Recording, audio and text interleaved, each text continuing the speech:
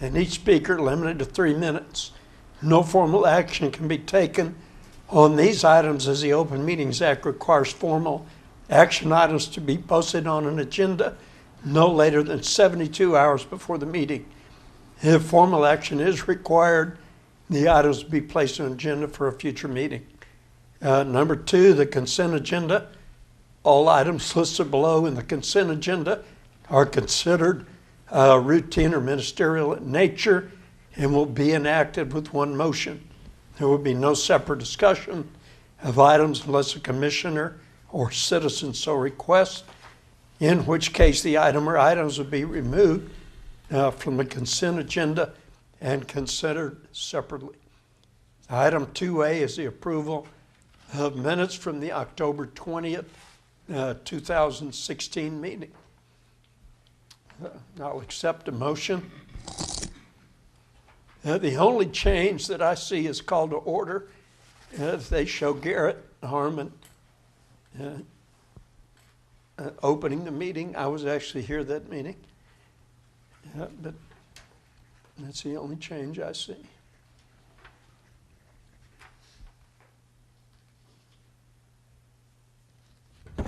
Do I have a motion? I move that they be approved with that change. Okay, I have a motion. Do I have a second? I'll second. I have a motion and a second. All in favor, raise your right hand. Pass 5-0. Thank you.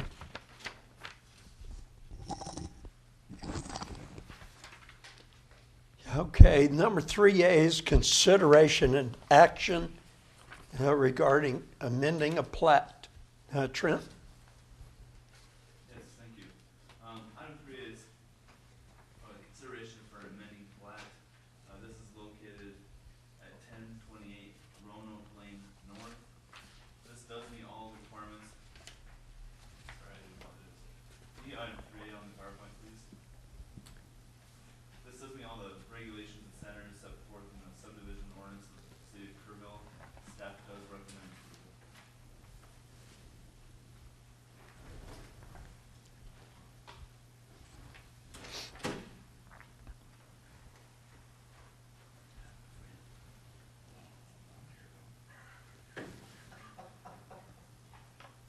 All we're doing is replatting lots 40 and lot D.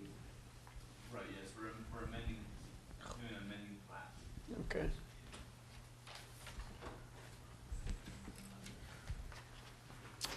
Any questions from the commissioners? It looks like this piece on the corner, was that a separate lot? It's hard for me to read. It's hard to tell. On the It's labeled as, where you see 40R. Yeah, that was a separate lot. or the, is it D? Is it labeled as D? Yes, it was Okay. designated as a park, as a private park. It was not dedicated for a city public park. It was a private park ran and operated by the homeowners association. They no longer desire to keep to the neighboring property, and they want to remove the lot line in between the two lots. Gotcha. Okay.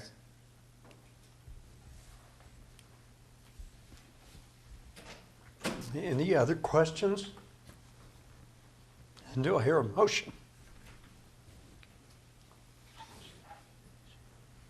I move that the plat amendment be approved as presented. I have a motion. Do I have a second? And I have a second. All in favor, raise your right hand. Passes 5-0.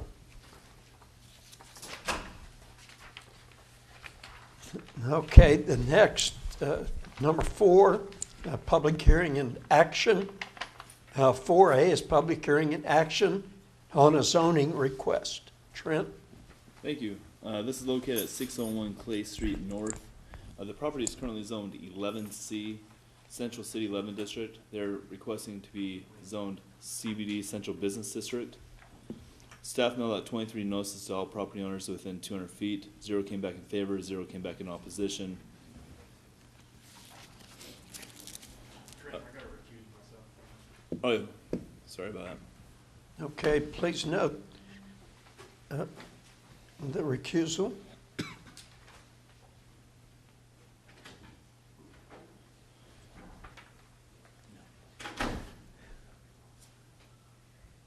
Yeah, we could still vote on this with four, We can after still- the public hearing. Right, you Okay. just need a majority.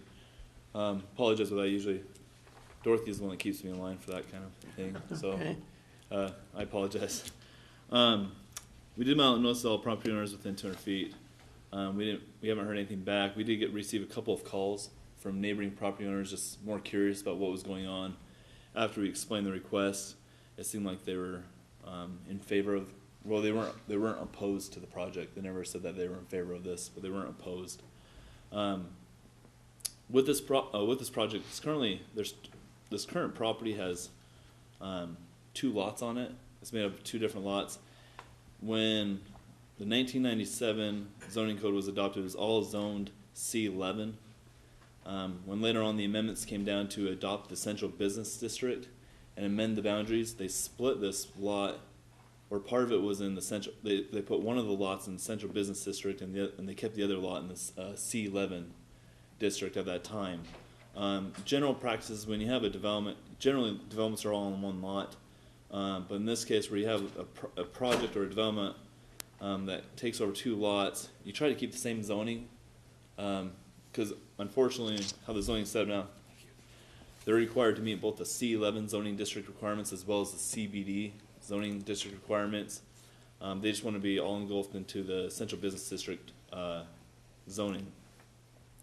They're not requesting a plan amendment at this time. It is not needed. The future land use designation for this property is Central Business District as well.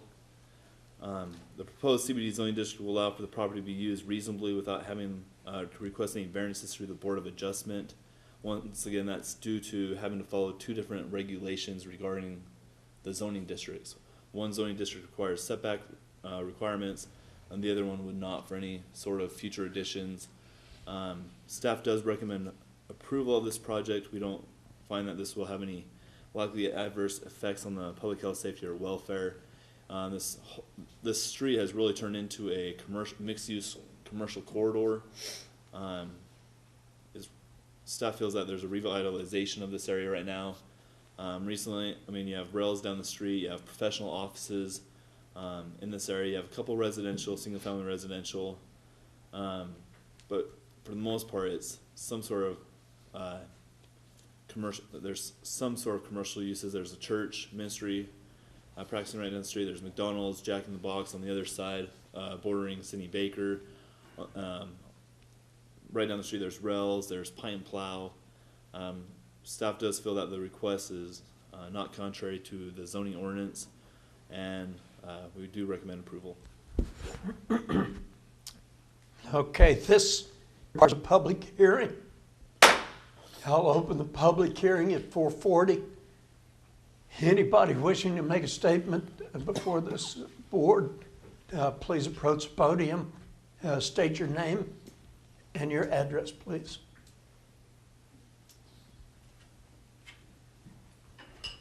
Seeing or hearing none, I close the public hearing at 4:41. Okay, any questions from the commission? So Trent, this is 2 lots, Yes, sir. There are actually 2 platted lots. and the property line runs kind of right between those 2 buildings that are Yes. adjacent to each other towards the Yes, there's actually one back. building that's on part of one lot and one building on part of another lot. So technically that building, I mean, it's non-conforming, kind of. Half of it's non-conforming, half of it's not. That's generally why in zoning and planning practices, you try to keep it all one zone so you don't have to deal with situations like Yeah. this. Okay. And since they're individual lots, there's a provision in the code that generally states if a lot is split down the middle, zoned, the majority of it's zoned something, the whole lot would be zoned that. But because they're individual lots, it doesn't meet this provision in the code. Now, with the central business district designation, that is not the same as downtown core. Is that- No, there are a lot of similarities. With Okay. the uses that are allowed are the same as the downtown core. There's no Okay. difference. There's just some other regulations with the downtown core versus central business district. And this eliminates the on-site parking requirement And setback regulations, like the yes, sir. rest. Okay. However, with any new construction, they would need to meet parking requirements for the new construction. But it'd still be under the CBD. Yes, sir. Okay. Any other comments or questions? If not, do I hear a motion? I so move, be approved. Have a motion to approve. Do I have a second? I'll second. And I have a second. All in favor, raise your right hand. Passes 4-0. Thank you. Now I'll wait, there's a delay, so I'll wait a few minutes now for Rustin to get back in here. Okay. I assume he can hear us? I assume so.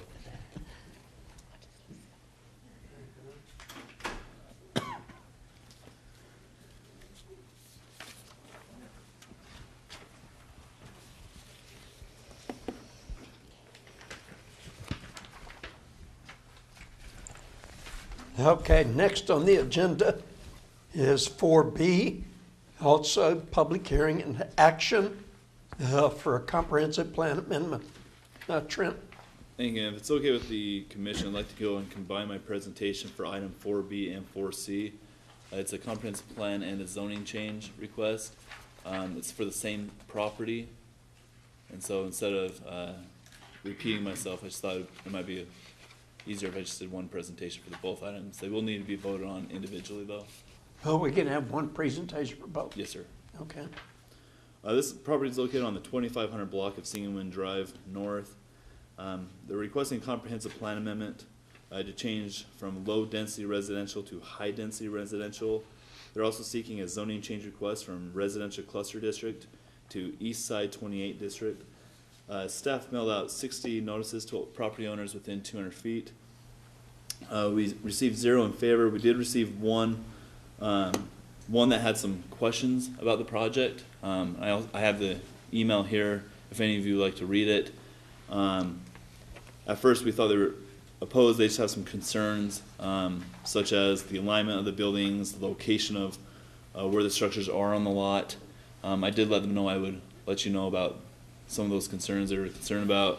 The gas line that's on this lot. There's a traffic mitigation. I did go ahead and, as I do every case, I did let the applicants know about this concern to them and did talk to them. I did hear back from this individual and they still had concerns. And some of their concerns I should be able to address in this presentation. Also, I did receive a phone call from someone who who was opposed to it, but they did not give me anything officially in writing to go ahead and let you review.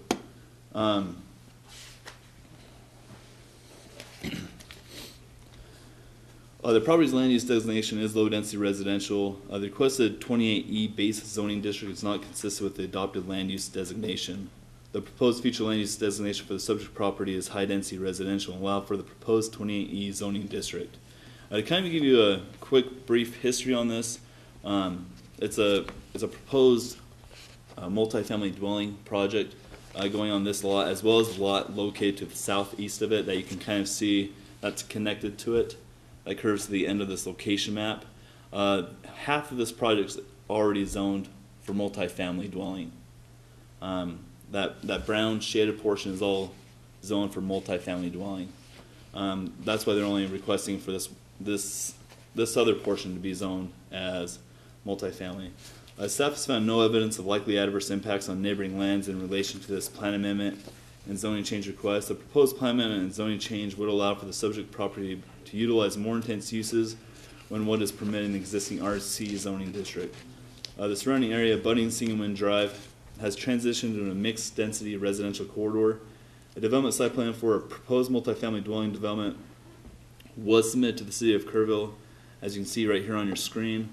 The proposed development is consistent with the surrounding area, which has been developed with higher density development consisting of townhomes, zero lot line developments, garden homes, and apartments. The proposed request will have minimal to no impact on surrounding properties. All ingress and egress for the proposed development has been directed to Singleman Drive to eliminate any direct impact to the existing single-family residential neighborhood located to the south of the subject property. The applicant has submitted a request to City Council to abandon and vacate the proposed Meeker Road right-of-way, which connects the single-family residential neighborhood to the south and Singleman Drive to the north, eliminating potential ingress-egress from the proposed development into the existing neighborhood. Additionally, the proposed development is within the close proximity to Loop 534, a major thoroughfare for the city of Kerrville. Current planning practices encourage high-density residential developments to be located within close proximity to primary arterial roads in order to help better mitigate traffic.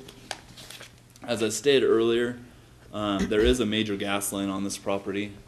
The applicant and their engineers have been in constant communication with Atmos Energy regarding that. They've designed their development site plan to avoid that gas line. They have the proper easements in place to also avoid that.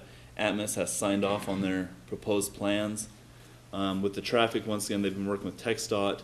Sounds like they will have to put a light in at Singing Wind, which is much needed even before this property was ever proposed, and that will help mitigate traffic coming in and out of Singing Wind Drive. A lot of these homes are built on smaller lots, increasing density in this area. Here's the property to the north of the subject property. Down the street, just outside that 200-foot boundary line that we send notices to, there's an apartment complex, a gas station, showing higher densities than those garden homes that you just noticed. Once again, these are townhomes with high density, multi-level townhomes. I believe each one of these are at least 2 stories with a single-family residential neighborhood to the south of it. Just showing that current construction is still going on. And this project is the one that you see here does have plans for more townhomes to be built on the other side in that green area, just abutting that single-family residential neighborhood that you can kind of see beyond the trees. Once again, going further down the street on Singing Wind, once again you see that increased density, large homes on smaller lots with smaller setbacks. Once again, another apartment dwelling as you go further down on Singing Wind. And this is the Amelia Court, one of the neighborhoods behind this development and behind those townhomes I just showed you, showing that they're even though they're single family, they're on these small lots, creating that higher density.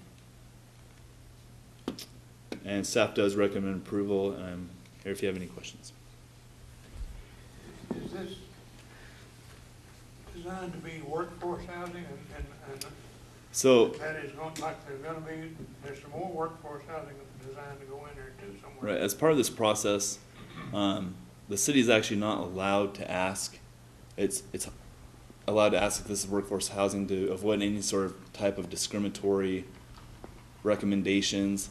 I don't base my decision off of, because what would happen is with the zoning district, how I'm going to base my decision off is if for some reason this project does not work out. I'm not saying that 5 years down the road another apartment complex could come down, and if I base my decision off of some sort of workforce housing. This is not the workforce housing that was discussed in council a few weeks ago. No, that's a different site with the Okay, McDonald that's company. what I'm Different. trying Oh, to okay. Yeah, I try not to get into asking when a applicant comes in if it's going to be workforce housing or not, just to avoid any sort of discriminatory comments or things from being approved or not approved. So. Okay, this we'll open a public hearing for both 4B and 4C on the agenda at 4:50. Anyone wishing to discuss anything in regard to this particular application, please go to the podium, state your name and your address, please.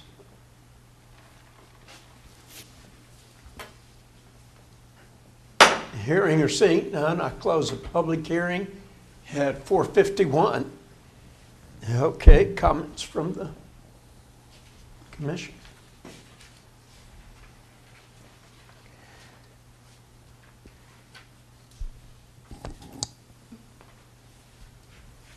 And so all this is going to do is have the same designation as the adjacent multifamily?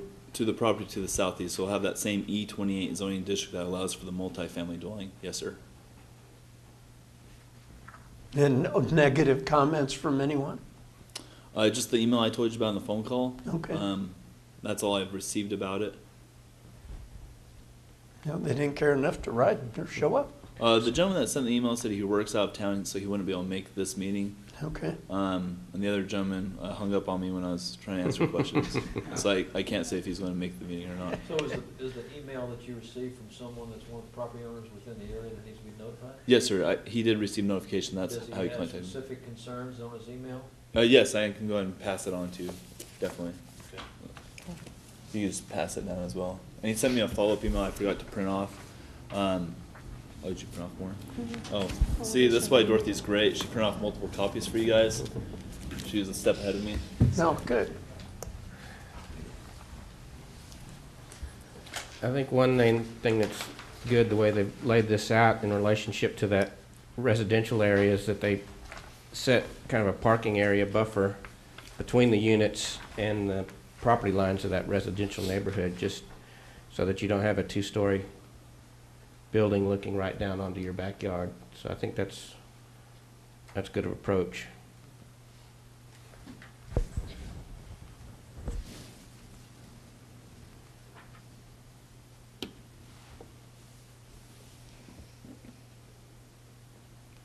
And once in talking to Mr. O'Neill, that was sent in this notice, he did want to state that he wasn't opposed to or in favor. He just had concerns about the proposed development.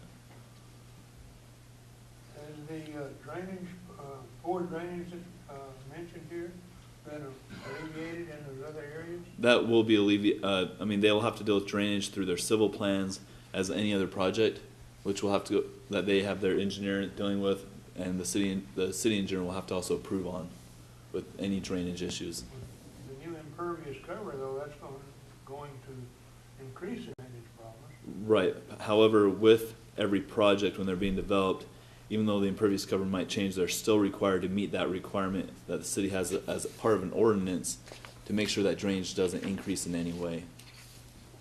And so that is part of the civils that they have to submit in order to prove and show that they will not have an impact on drainage. Trent, you mentioned the new stoplight. Yes, sir. What triggers that? I believe it's I'm not a TxDOT representative, but from what I understood in the meetings, the type of development going in the close proximity to the light. And so that's something that TxDOT said that they're going to require is a traffic light at Singing Wind. So Is that something that the developer pays for, or? that's a question between TxDOT and the developer to answer. I don't have an answer for that. I apologize. But it's not the city? No, it's because it's a Loop 534 is a TxDOT thoroughfare. I believe that's going between the city between TxDOT and. Is the light at the loop, or is it over here on? It's going to be, I believe, at Singing Wind as well as the Loop. They're going to have lights at each one. It's going to be at the Loop. The light will be at The intersection of Singing Wind? Right, and and the Loop 534, Okay. yes. Sorry about that, I apologize. Is there any history of these homeowners in the area notifying the city about improper drainage and flooding in the area there? I'm not familiar if there have been. Probably a better question for the city engineer to answer.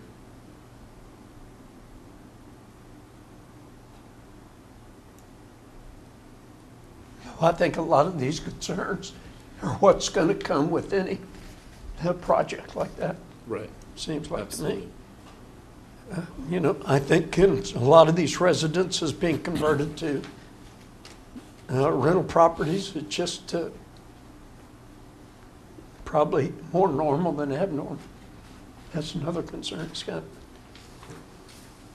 Well, and Kerrville is in dire need of more economical housing. Oh, yes. This would fit into the, I guess, affordable housing. Mm-hmm.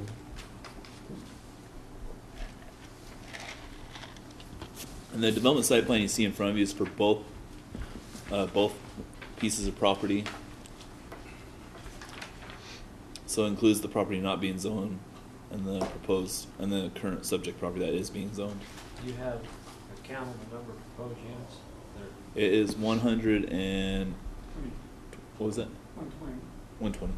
That's total after all the properties developed? Yes, sir. That says 3.07 acres and the adjacent. The 3.07 acres is for this Lot 2 Block 1 portion that's being zoned today. Okay. and the other portion is a little bit larger.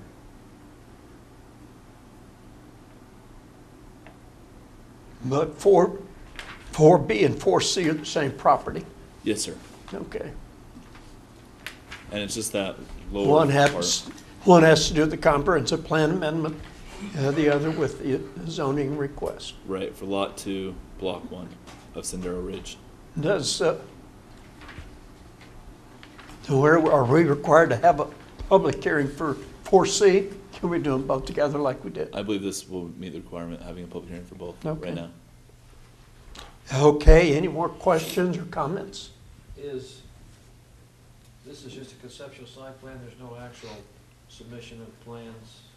Oh, we don't have any building plans as of yet, but this is a development site plan in the process of, this is the final layout of what it will look like. This is only, there is if you read the notes, there is a condition that this is only approved if the zoning is approved. And so that's, so this is all contingent upon zoning, upon plating. Are there any screening issues between along the back end of those houses? They will be providing the proper screening that our code requires And any drainage issues in development will taken care of in their plans? in the civil plans, yes, sir.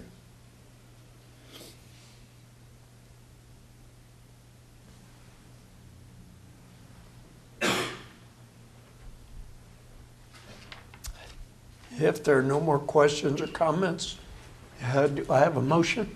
I would make a motion that we approve as presented, both 4B and 4C.